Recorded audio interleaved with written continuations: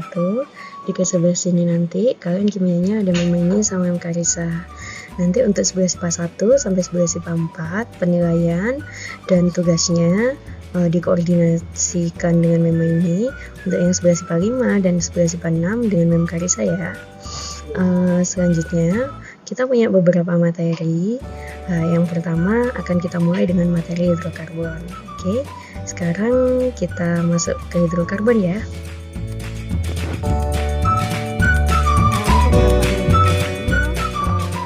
Kita bertemu kembali di pembelajaran kimia. Di pembelajaran kimia kelas 11 kita ini akan kita mulai dengan hidrokarbon. Mungkin kalian ada yang sudah familiar atau pernah mendengar sekilas ya, apa sih hidrokarbon itu? Yuk kita simak di pembelajaran berikut. Kimia pada materi hidrokarbon ini nanti kita berada pada KD 3.1 dan 4.1, di mana pokok bahasan kita nanti diantaranya yang pertama ada kekhasan atom karbon, yang kedua jenis atom karbon, yang ketiga alkana, keempat alkena, dan yang kelima alkuna. Untuk bagian pertama ini kita bahas dua bahasan, yaitu kekhasan atom karbon dan jenis atom karbon. Baik, sebelum kita masuk atau bicara lebih jauh tentang hidrokarbon, kalian pasti pernah melihat gambar ini kan? Entah di taman, di gedung-gedung sekolah, atau dimanapun ada pemilahan sampah organik dan sampah anorganik. Kira-kira sampah apa yang dimasukkan ke organik, nak? Dan sampah apa yang dimasukkan ke sampah anorganik? Ya, di sampah organik dan sampah anorganik ini nanti punya perbedaan yang sangat signifikan. Apa ya bedanya kira-kira? Ya, di sampah organik, di situ berisi sampah atau limbah yang berasal dari sisa-sisa makhluk hidup yang dapat terurai secara alami. Misalnya sayur, buah, ikan, dan bahkan sisa-sisa makhluk hidup lain seperti manusia pun itu juga termasuk zat organik. Nah, jika di sampah anorganik itu berisi limbah yang dihasilkan dari berbagai macam proses. Sampah ini tidak dapat terurai oleh bakteri secara alami. Nah, dan umumnya memerlukan waktu yang sangat lama untuk terurai. Biasanya penggunaan atau pendaur ulangan sampah anorganik ini dapat berupa reduce, reuse, ataupun recycle. Sampah-sampah anorganik ini ya dari plastik, botol, dan beberapa zat produk industri yang lainnya. Dimana kalau kita bicara tentang organik dan anorganik ya, tadi kan pembedanya adalah kalau anorganik itu yang produk industri biasanya pada umumnya atau bisa kita sebut sebagai benda mati. Kalau yang organik itu kan tadi dari sisa makhluk hidup. Nah, dimana sisa makhluk hidup nanti makhluk hidup itu merupakan salah satu penyusun terbesar dalam lingkungan alam semesta ini, termasuk kita sendiri manusia. Maka organik ini nanti akan dibahas tersendiri dalam kimia, dalam senyawa organik, di mana pada senyawa organik ini nanti atom yang sangat berperan besar adalah atom karbon. Atom karbon merupakan unsur yang terbanyak nomor 4 di alam semesta dan nomor 2 di dalam tubuh manusia. Nah, jadi tubuh kita pun juga termasuk senyawa organik ya. Senyawa organik tadi kan salah satu penyusun pentingnya adalah karbon. Kenapa sih kok karbon? Karena karbon ini punya kekhasan. Apa saja kekhasan atom karbon? Kekhasan atom karbon diantaranya yang pertama, karbon memiliki 4 elektron valensi, di mana hanya atom karbon yang dapat membentuk 4 ikatan kovalen untuk bisa mencapai keadaan oktet. Ya, tidak ada senyawa yang lain yang bisa sampai membentuk 4 ikatan kovalen dengan atom yang lain. Jadi ini termasuk istimewa sekali. Kemudian kekhasan yang kedua, jari-jari atom karbon ini relatif kecil. Nah, karena jari-jari yang kecil ini menyebabkan ikatan kovalen yang terbentuk akan relatif kuat. Nah, Kemudian kekhasan yang berikutnya adalah atom karbon dapat membentuk rantai karbon yang sangat panjang ya. Oleh karena itu, karena dia bisa membentuk rantai yang sangat panjang, maka dia bisa menyusun senyawa-senyawa yang sangat besar dan salah satu contohnya adalah tubuh kita. Nah, setelah kita tahu kekhasan atom karbon, nanti senyawa karbon itu dalam tubuh kita ataupun dalam makhluk hidup yang lain dalam bentuk hidrokarbon. Ya, hidrokarbon inilah yang akan kita pelajari dalam bab ini. Kalau kita bicara tentang hidrokarbon, ada hidro dan karbon ya. Maka ada dua penyusun utama, yaitu atom hidrogen dan nanti ada atom karbon ya. Kombinasi atom hidrogen dan karbon dalam senyawa ini, maka senyawanya nanti yang terbentuk kita sebut sebagai senyawa hidrokarbon.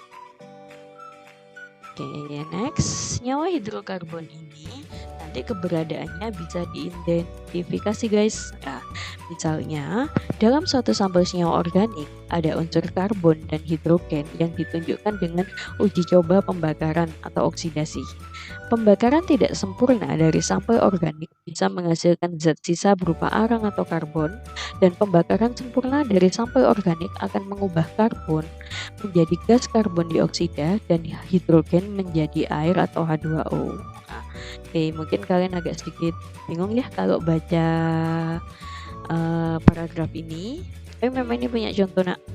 Kalian pernah tahu kendaraan yang ada yang knalpotnya itu asapnya itu tak berwarna atau nggak kelihatan. Ada juga kendaraan yang asapnya itu hitam pekat. Ya, itu adalah contoh dari pembakaran senyawa organik karena bensin yang kita kenal itu kan juga berasal dari sisa-sisa makhluk hidup ya, dari minyak bumi. Nah, maka dia kan juga organik. Maka hasil pembakarannya nanti jika dia sempurna, maka dia akan berupa gas karbon dioksida dan uap air yang tidak berwarna. Jadi kalau kendaraan yang tidak berwarna, asapnya yang tidak berwarna maksud saya, maka itu pembakarannya sempurna dan mesinnya masih bagus. Tapi jika kendaraan itu menghasilkan asap yang berwarna hitam, maka pembakarannya itu hasilnya bukan hanya CO2 tapi juga ada karbon atau arangnya, sehingga pembakarannya tidak sempurna. Dari pembakaran tidak sempurna itu nanti bisa juga menghasilkan karbon monoksida yang berpengaruh negatif atau berbahaya untuk pernafasan kita. Oke, itu sekilas tambahan informasi. Yuk lanjut. Selain kekhasan atom karbon, yang perlu kita tahu di sini, nanti kita perlu mengetahui jenis atom karbon. Di mana jenis atom karbon itu nanti ada 4 macam. Yang pertama ada atom karbon primer yang kita tandai dengan angka 1. Di mana atom karbon primer merupakan atom karbon yang terikat langsung pada satu atom karbon lainnya. Jadi atom karbon ini mengikat satu C yang lain. Misal kita langsung ke contoh. Oke. Kalian lihat di sini ada satu senyawa yang C-nya sangat banyak. Ya, atom karbon primer ditandai dengan angka 1. Kira-kira ada berapa atom karbon primernya? Ya, ada 1, 2, 3, 4, 5. Ada 5, di mana kalian perhatikan setiap C yang diberi tanda angka 1 dia mengikat satu atom C yang lain. Bisa kita lihat C yang paling kiri yang H3C. C itu mengikat satu atom C lain yang ada di sebelah kanannya. Dan begitu juga yang lainnya. Kemudian yang kedua ada atom karbon sekunder. Atom karbon sekunder merupakan atom karbon yang berikatan dengan 2 atom lainnya. Jadi dia yang posisinya di tengah mengikat 2 atom karbon lain. Bisa di kiri dan kanannya, bisa di atas dan bawahnya, bisa di kiri dan bawah, kanan dan atas. Yang penting dia mengikat 2 atom C yang lain. Kalian lihat yang bertanda 2. Nah, yang bertanda 2 itu nanti pasti punya 2 C yang lain yang diikat. Misal kita mulai dari kiri, ada H3C, lanjut CH2. CH2 kan diberi tanda 2 karena dia mengikat 2 atom C yang lain, yaitu C yang di kirinya dan C yang di kanannya. Oke, selanjutnya yang ketiga ada atom karbon tersier. Atom karbon tersier ini berikatan dengan 3 atom karbon yang lain. Kalian cari yang bertanda 3. Ya, yang bertanda 3 di situ cuma ada 1. Ya, kalian lihat atom C yang bertanda 3 mengikat 3 atom C lain, yaitu ada di kiri, kanan, dan bawah. Oke, selanjutnya yang terakhir ada atom karbon kuartener. Di mana atom karbon kuartener yaitu karbon yang mengikat 4 atom C yang lain. Di soal itu, di contoh soal juga cuma ada 1 atom karbon kuartener yang diberi tanda angka 4. Nah, atom karbon kuartener ini dia mengikat 4 atom C lain. C lainnya ada di atasnya, samping kirinya, samping kanannya, dan bawahnya. Jadi primer, sekunder, tersier, dan kuartener ini dilihat dari berapa banyak atom C lain, C yang lain loh ya, yang dihitung, yang mengikat pada karbon itu.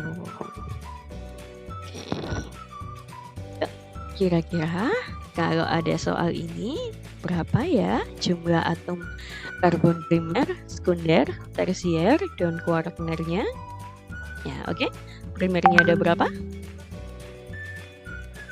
Ya, tepat sekali. Primernya ada 5, kemudian sekundernya ada 1, tersiernya ada 1, dan kuartenernya juga ada 1. Kalau masih ada yang belum jelas, boleh kita bahas di forum diskusi.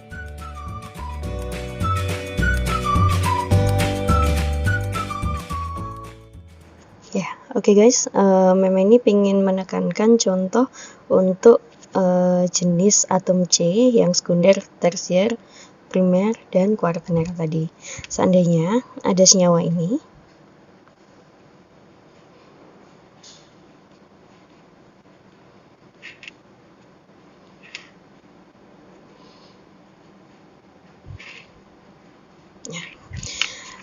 sebelum kita menentukan primer, sekunder, tersier, dan kuartener, nanti kita juga belajar untuk melengkapi jumlah atom H dalam satu senyawa. Nah, ingat, karbon itu kan selalu punya 4 tangan, maka dia bisa mengikat C lain ataupun H. Nah, kalau dia tidak mengikat atom C lain, maka semuanya kita isikan dengan H. Tapi biasanya yang mengikat H itu tangannya tidak ditulis, sehingga langsung kita tulis hanya ada berapa. Misalkan ini, C yang ini dia punya 4 tangan harusnya, kanan, bawah, atas, dan kiri. Tapi ternyata di sini yang mengikat atom C lain hanya yang sebelah kanan ini kan. Maka yang bawah, atas, dan kirinya kan masih bebas, belum mengikat. Ya, maka ini nanti diikat oleh atom H. Sehingga di sini ada H, 1, 2, 3. Karena ada 3 buah atom H, H tidak kita jabarkan seperti ini, langsung kita tulis jumlah H-nya ada berapa.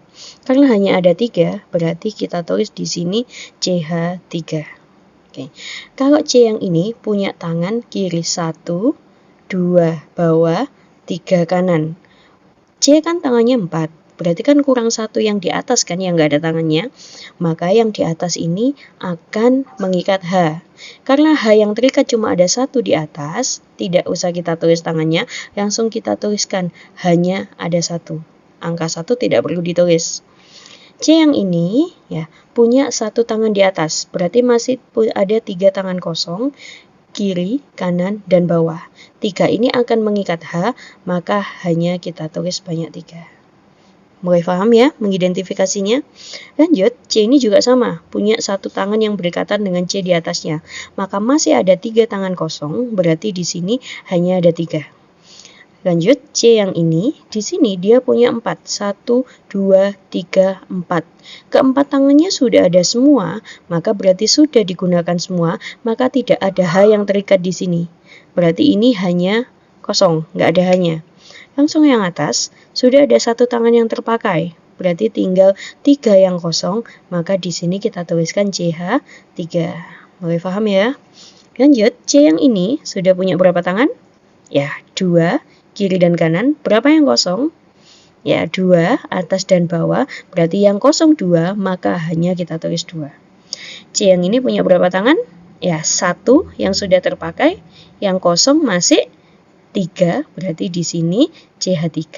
Oke, setelah kalian memahami cara memberikan jumlah H pada masing-masing C dalam suatu senyawa, selanjutnya kita identifikasi yang primer mana, yang sekunder mana, yang tersier mana, dan yang mana yang kuartener.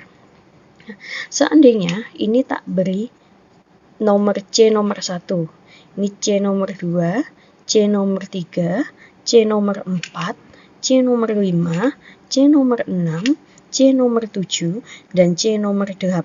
Kira-kira dari 1 sampai 8, manakah yang primer? Yang primer yang mengikat satu atom C lain. C yang ini mengikat satu atom C lain di kanannya. Dilihat tetangganya. Tetangganya C ini ada berapa C? Cuma ada 1 di kanannya. Kan atas, kiri, sama bawah nggak ada C. Maka karena ada 1 C yang diikat, nah, maka C ini kita sebut sebagai C primer. Maka ini kita tandai dia sebagai C primer. Mana lagi yang C primer? Ya, yang ini juga mengikat 1 C. C yang ini punya ikatan dengan C yang lain cuma 1 di atasnya. Karena dia mengikat 1 atom C lain, C yang lain loh ya, yang dilihat, bukan dia sendiri, maka ini juga primer. Yang ini dia juga primer karena mengikat 1 atom C lain hanya di atasnya. Kanan, kiri, dan bawahnya tidak ada C. Mana lagi yang primer? Ya, di C nomor 5 ini juga primer, di C nomor 8 ini juga primer. Bisa difahami ya? Oke, next. Setelah yang primer, kita mengidentifikasi C yang sekunder. Atau kita lihat saja ini di C nomor 2.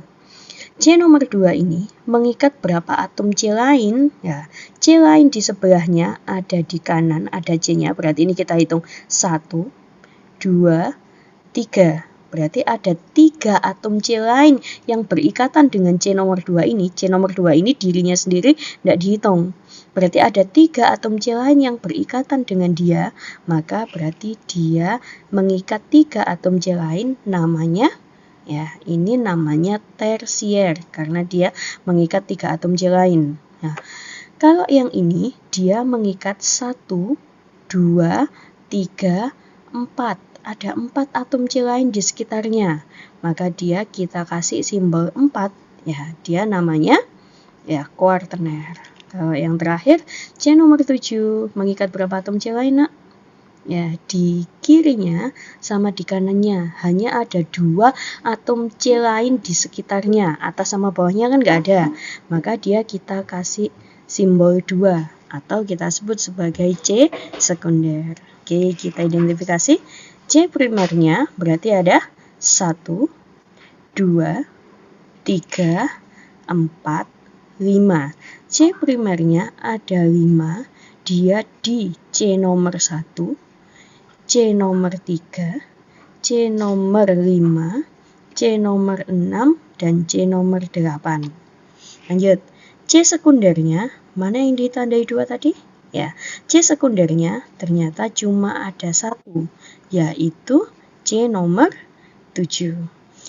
C tersier itu 3, yang tandanya 3 tadi cuma ada 1 juga, ada di C nomor 2. Berarti ini ada 1 di C nomor 2, dan yang terakhir C kuartener yang mengikat 4 atom C lain cuma ini, dia juga cuma ada 1, yaitu C nomor 4.